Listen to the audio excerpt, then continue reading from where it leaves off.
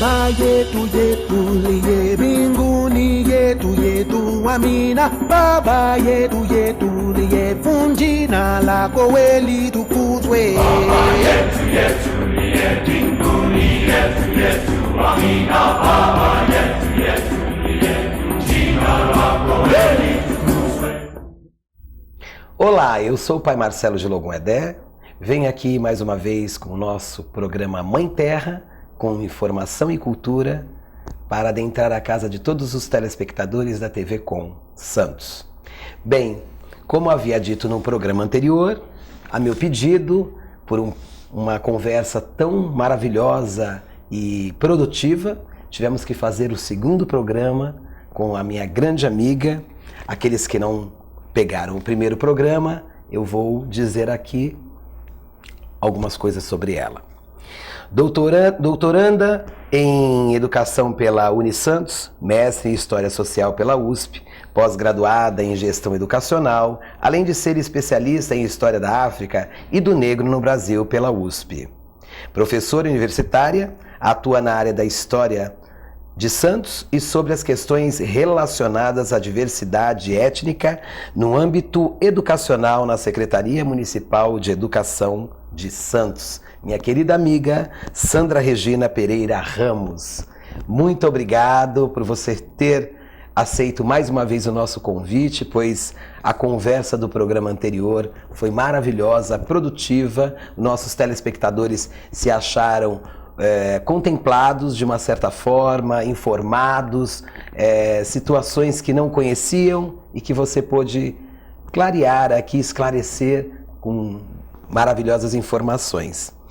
Vamos passar um pouquinho sobre o programa anterior, sobre a questão da Lei 11.645/08, a informação da lei, que muitas pessoas muitas vezes não conhecem, sobre também a transformação que ocorreram na área educacional da 10.639/03 e quais foram as ações educacionais, né, que você acredita de suma importância para a Lei 11.645 de 2008. Faz um resumo para nós, para os nossos telespectadores, para com que eles entendam daqui adiante as outras perguntas que vamos adentrar. Bom, essa Lei 11.645 de 2008, ela torna obrigatório o ensino de História da África, do Negro no Brasil e do indígena.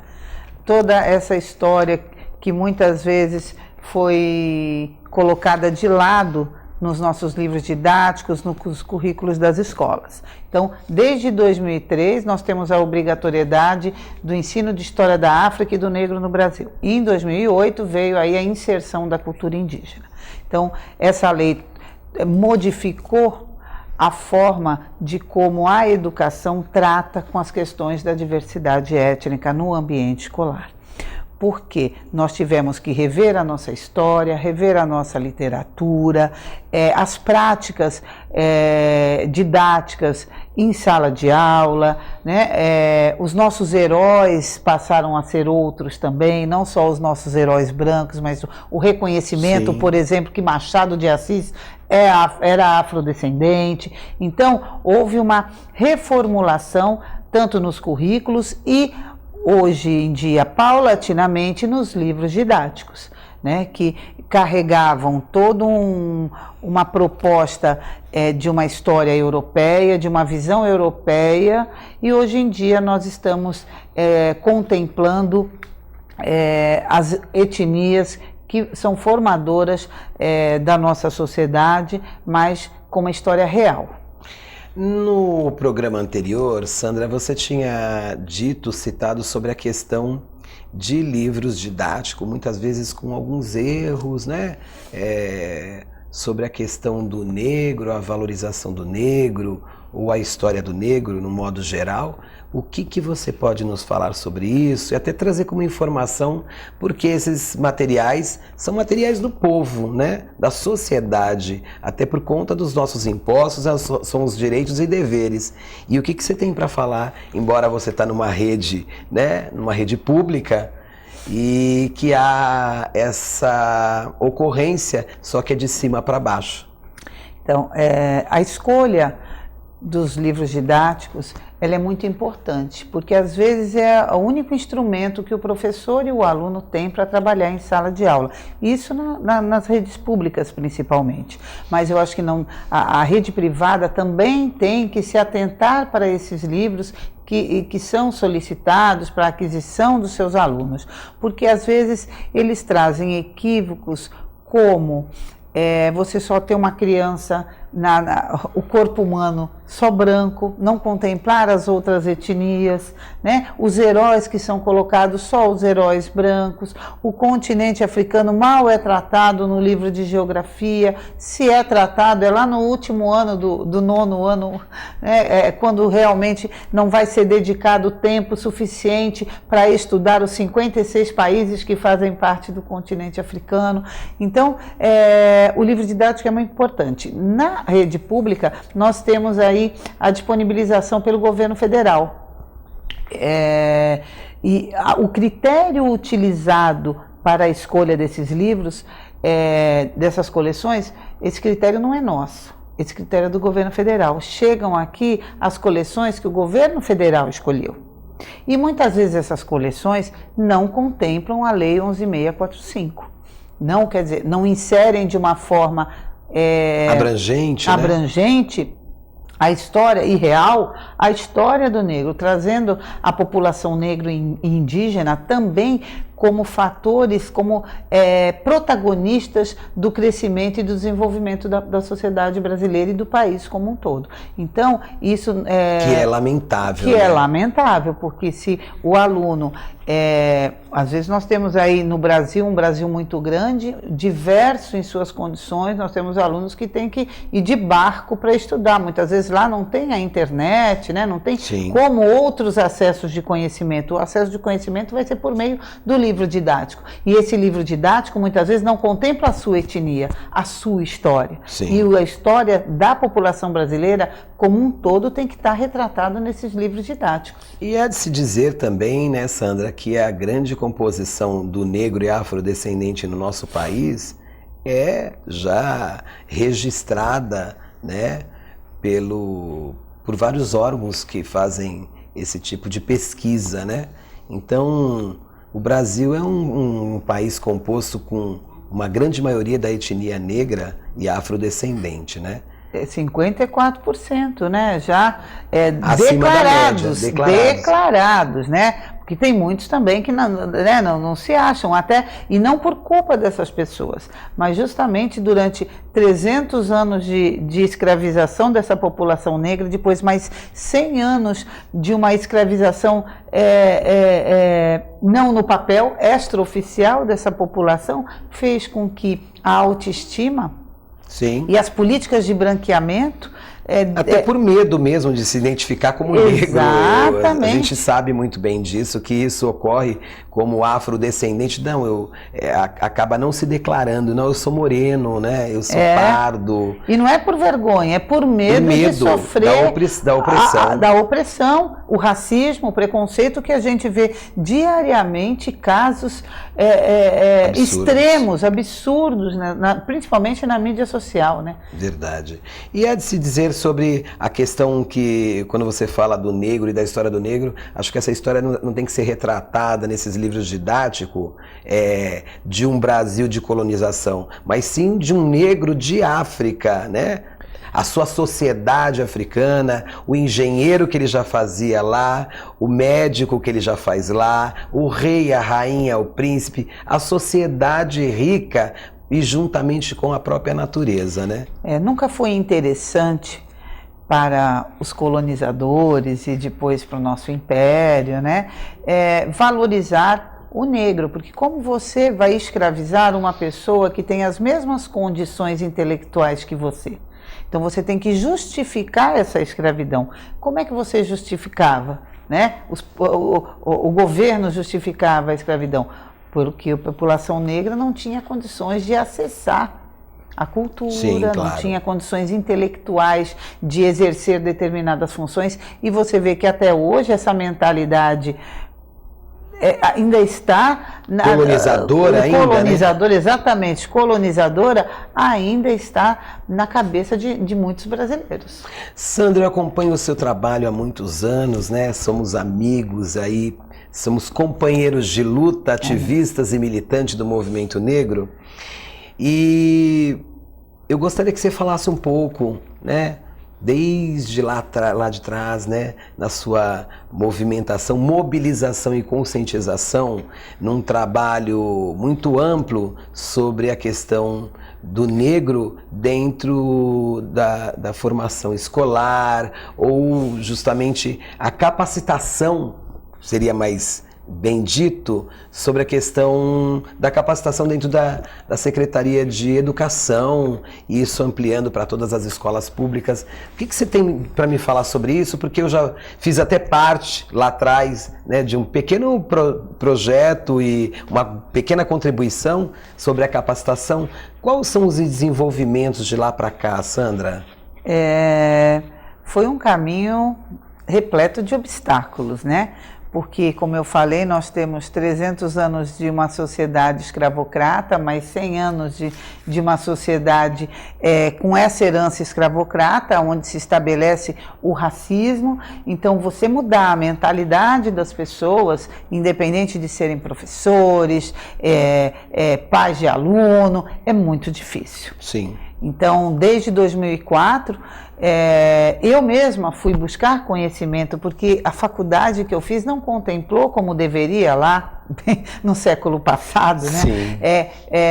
Essas questões raciais, porque ainda não estavam à tona, não estavam na agenda nacional. Hoje em dia já estão, né? Talvez não tinha interesse, né? Exatamente. E depois trazer essa formação. E aí, dentro do próprio núcleo do professorado, nós também temos algumas resistências, né? Tem professores que acreditam que não existe racismo. Por quê? Porque ele foi educado desse jeito. Que é desnecessário, né? Uma capacitação. Né? E aí, pai Marcelo, quero já agradecer, sempre agradeço a sua participação na nossa formação, porque uma das questões Isso ali... já tem uns 10 anos, não tem? Já tem uns 10 anos. Uma das questões difíceis de se tratar no ambiente escolar é a questão das religiões de matrizes africanas, que infelizmente elas sofrem muito preconceito.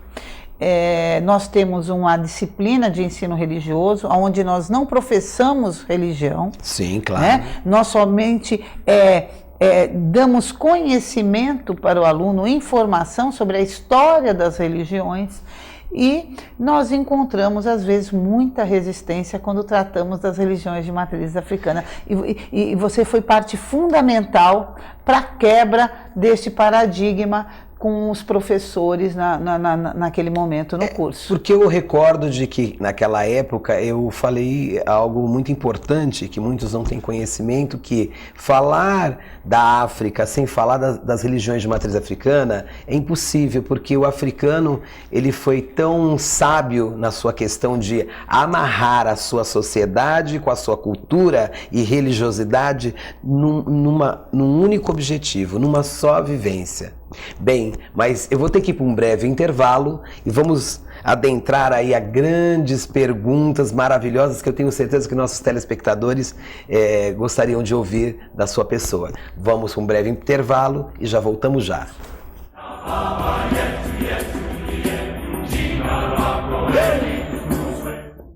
Estamos aqui na Agência Solano Trindade, participando da segunda edição do Café com Prosa para abordar maternidade e alimentação saudável nos dias atuais.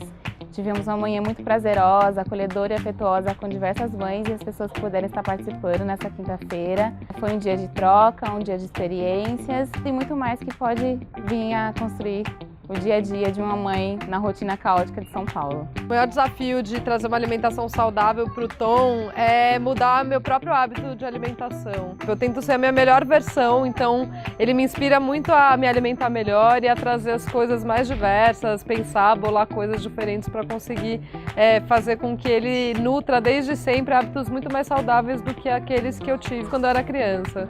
O maior desafio para dar uma alimentação saudável para o meu filho é tempo. É conciliar o tempo, porque tem o trabalho para comprar os alimentos e aí preciso de tempo para prepará-los de uma forma saudável para o Dante. O O maior desafio da maternidade foi poder proporcionar uma boa alimentação para mim e trazer o resultado positivo na saúde dele.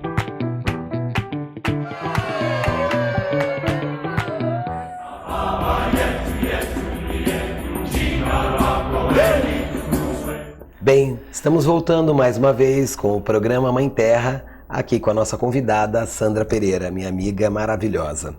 Sandra, voltando às grandes perguntas, eu queria que você falasse um pouco sobre a grande importância da educação no combate do racismo na sociedade brasileira.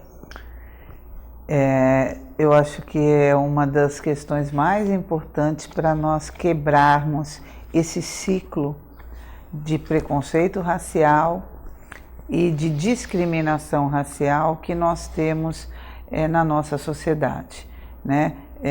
Nós temos uma diferença entre preconceito racial e a discriminação racial, né? O preconceito é subjetivo, né? A pessoa pode até ter o preconceito, não gostar. Não gostar é um direito, que eu falo sempre, é um direito de todos. Respeitar é um dever. Exatamente. Quando você não respeita, aí você discrimina. Exatamente. O nosso intuito enquanto educadores é justamente quebrar o preconceito. É que internamente, né, os nossos alunos, os nossos jovens, deixem de lado essa animosidade ao diferente. E sim traga esse respeito, a partir de que ele, por dentro, né, no seu interior, consiga conviver com o diferente, com certeza ele não irá praticar atos discriminatórios. Sim. Ele não irá desrespeitar o direito alheio. Então, nesse sentido, a educação é primordial. E aí, o professor também tem que passar por uma sensibilização, por um entendimento e por um reconhecimento de que, muitas vezes, as práticas cotidianas que eles trazem durante todo o percurso do magistério, às vezes podem estar promovendo uma discriminação e a pessoa não nota. Eu sempre comento assim, se você vê um branco e um negro correndo, automaticamente, você pensa o quê? Lamentável. Eu falo isso para os professores, o que você vai pensar? Isso não é porque aquele professor é racista, não. A sociedade impôs a ele, a escola que ele estudou, os cursos que ele frequentou, sempre subliminarmente o levou a pensar dessa forma. Mas isso não é justificativa para ele continuar agindo assim. Então ele tem que se sensibilizar e transformar. E aí, transformando os educadores sensibilizando os alunos, com certeza a educação tem como meta essa quebra desse paradigma do nosso racismo e do não reconhecimento do racismo pela nossa sociedade. É triste, é lamentável, mas está aí, né? Temos que trabalhar isso de fato, né? E também acredito que através da educação e cultura, né? Exatamente. Pode-se haver uma grande transformação, mas um trabalho eficaz de fato. Sandra, eu gostaria de te perguntar um pouco também da questão indígena e da questão da raça negra na questão cultural, como falei agora há pouco. Então, a questão indígena ela é bem diferente da questão do negro, né, do afrodescendente, porque o indígena, querendo ou não, principalmente na cidade de Santos, nós não temos nenhuma aldeia, nenhuma comunidade indígena. Sim. Temos na Baixada toda nós temos 17 aldeias. No litoral, né? No nosso litoral. Porém, em Santos, litoral sul ou litoral norte? Litoral sul, mais para o litoral do sul. Temos em Bertioga, que aí é o litoral norte, né? Mas temos que esclarecer e que realmente nós temos, por exemplo, atividades do Dia do Índio, onde se coloca uma criança vestida como um índio americano. São equívocos, né? Batendo na boca, o nosso indígena bate no pé, não faz som com a boca. Né? Mas isso por quê? Porque a professora aprendeu desse jeito e ela está passando o que ela aprendeu. Se você coloca em sites de buscas, de pesquisa, Dia do Índio para comemorar, aparecem o quê? Aparecem imagens de crianças indígenas como um indígena americano. Então, toda essa proposta da questão indígena tem que estar sendo alterada e muito mais da visão que nós temos do indígena, né? Eu falo que o indígena aparece no início da nossa colonização, depois ele vai para as nuvens. Ele desaparece. Sim. Né? E aí ele vai para as nuvens, ele volta na metade do século passado com a fundação da FUNAI e tal, aquele índio, né, que você tem que garantir as terras e tudo, mas que ele é semi-imputável, ele não tem capacidade e tudo. E aí, agora o indígena volta no século XX como o quê? Um bandido? Não é assim. Né? Eles estão lutando pelas terras deles. Sim. Eles estavam aqui, eles são os donos de tudo na realidade. E talvez até um programa de capacitação a pessoas, onde pode estar fazendo um trabalho, porque outro dia, lendo um artigo, eu notei que tinha pessoas, membros dessa aldeia indígena, onde eles tinham que andar muito, buscar muito, ter um apoio vasto de toda a comunidade para se formar, né? Então eu acho que dentro desses programas ao índio, que a FUNAI e outras, né, outros programas que existem até dessas iniciativa privada, colaboram, e essas ONGs, deveria existir uma capacitação, não sei, ao meu ver, mais próximo dessas aldeias e disponibilizando um mecanismo para com que as pessoas tenham um contato mais direto com a educação, né? Então, na Universidade Católica de Santos, que é onde eu curso o doutorado, né, a universidade tem alunos indígenas que frequentam, que estão se formando como professores de filosofia e depois retornam para suas aldeias para realmente, né, contribuir com a educação. Agora, eles enfrentam uma dificuldade de transporte.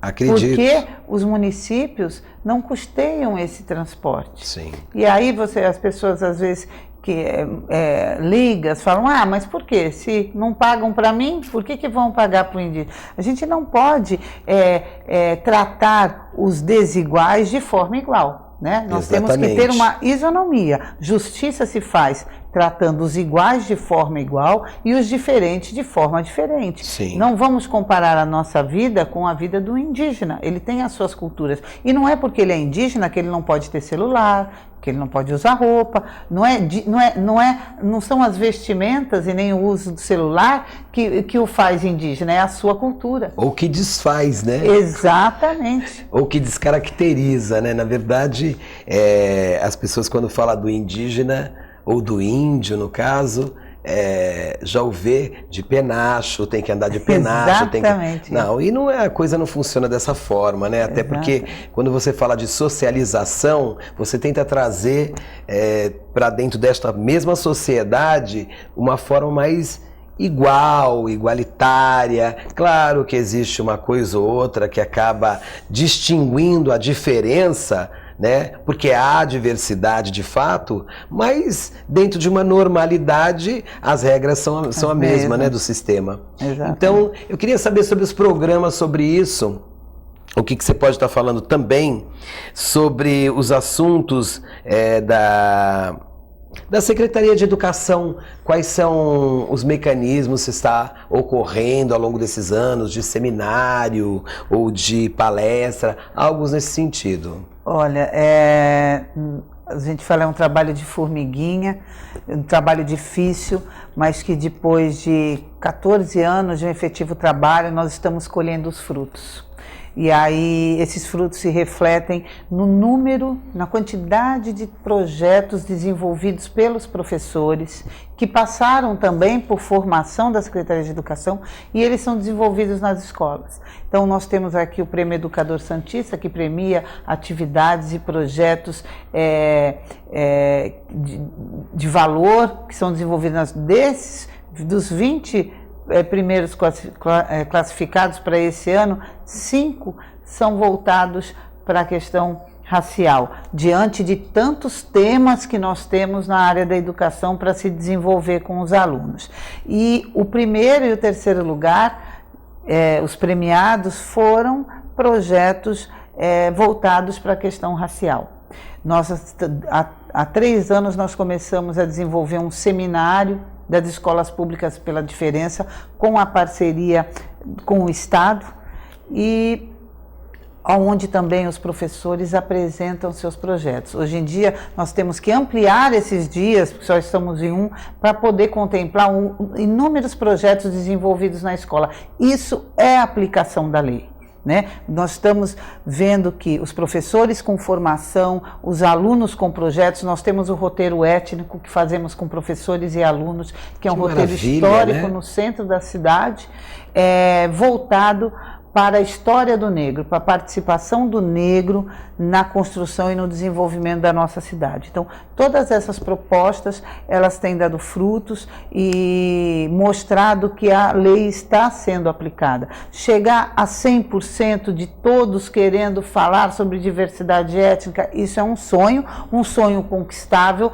mas não em 15 anos. Na educação, as análises são feitas, as avaliações são feitas de forma decenal. Então, estamos aí contribuindo para a melhoria da qualidade de ensino e para uma educação mais igualitária, atendendo a diversidade e as diferenças com todo respeito. Isso é muito importante, porque Santos é a cidade da vanguarda do negro.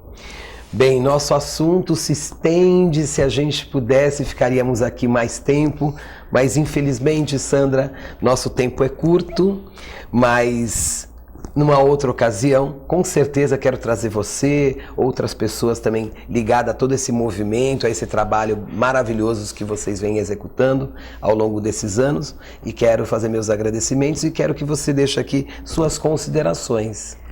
Eu agradeço novamente o convite, Pai Marcelo, meu grande amigo, parceiro, me colocar à disposição na Secretaria de Educação. O ano que vem nós vamos ter novas formações para professores, nós abrimos também formação para a comunidade em geral, e já deixo o convite aqui. Obrigado. Para que você participe de uma formação nossa, que é muito importante. Relembrar, né? Relembrar. E desejar a todos aí as festas, né? Que as festas sejam cheias de amor, né? De amizade, de respeito, que nós tenhamos um ano bem próspero para as nossas relações raciais.